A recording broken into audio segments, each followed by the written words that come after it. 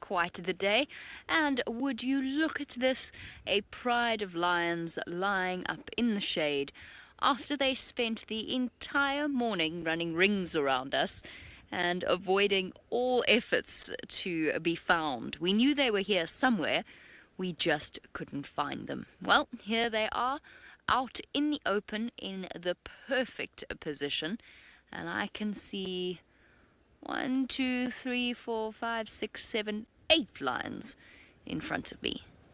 I think that's as many as I can see. Oh, big yawn. Have you had a tiring day? Now, apparently, these lions were busy trying to catch themselves some lunch about an hour ago. Apparently, they were chasing some buffalo, but because it was hot and they were tired, they didn't really try as hard as they might have otherwise. I thought that was a scratch, but it's not a scratch, it's a leaf.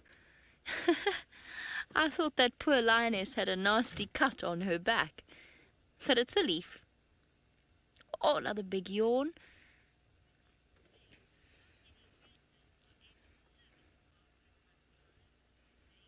Oh, Zane, that is a very good question, but it's a question with quite a tricky answer. Now, Zane's wondering how many animals or predators can live in the park at any one time. Now, that really depends on the size of an area, obviously. Now, here where we are, it's 4 million hectares. That is around about the size of some of the largest states in the USA. Some of the states in the USA, I should say.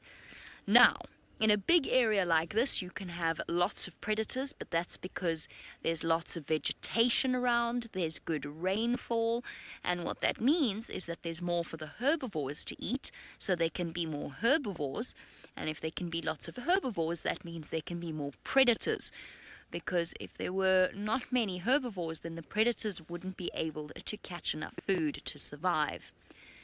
Now, out here, there are about the same number of predators as you would find where Steve is in the Masai Mara.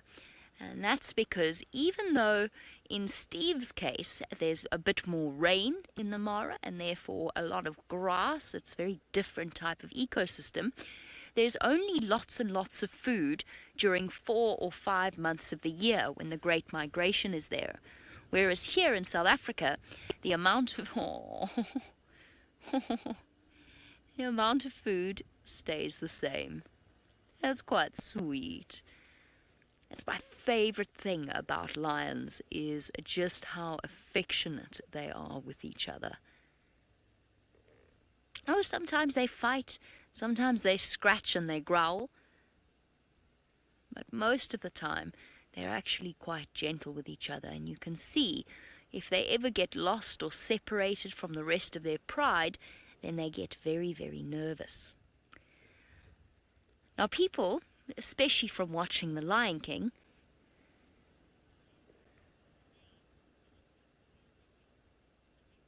tend to think of lion prides as having males in them, but the truth is that a lion pride is actually only females and young males that are the sons of the females. Now, the big males with the big manes around their neck, and Alexis, I'll get your question in a second about that, they actually live separately to the prides. Sometimes they come and visit them, and sometimes they spend time with them, but they're not actually part of the pride. Now, on the subject of males, Alexis wants to know why males have big manes, or males do, and why they have tufts of black fur at the end of their tails. Now, a mane is basically for display purposes. A mane makes the males look big and scary, especially when it's dark, and it's shown through research that females actually prefer male lions with a nice big mane. It also can help to protect their throat and their face when they fight, because male lions can fight really seriously and sometimes even kill each other. So the mane helps to protect them a little bit, but mostly it's to show excuse me, how big and healthy and scary they are.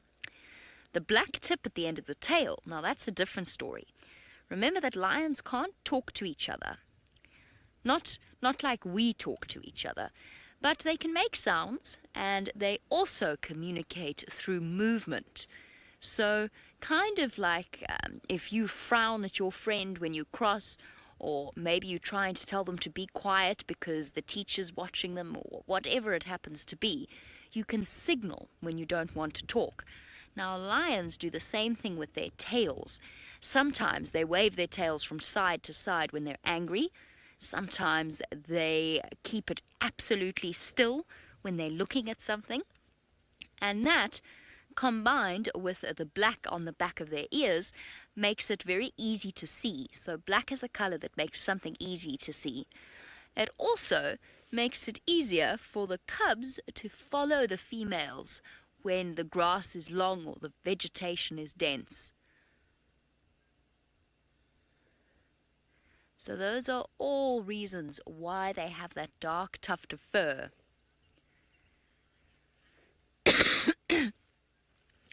Now, Zoe, you want to know how many cubs a lioness can have.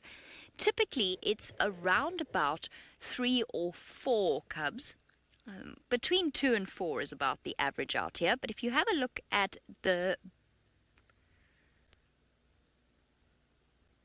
just listening to the radio.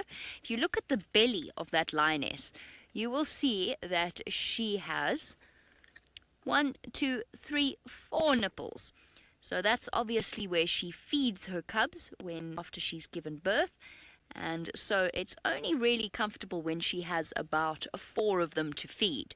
If she has more cubs than that, and she can, sometimes lionesses have been known to have 6 cubs at a time, it means that the cubs have to compete for food, and they really sometimes struggle to do so.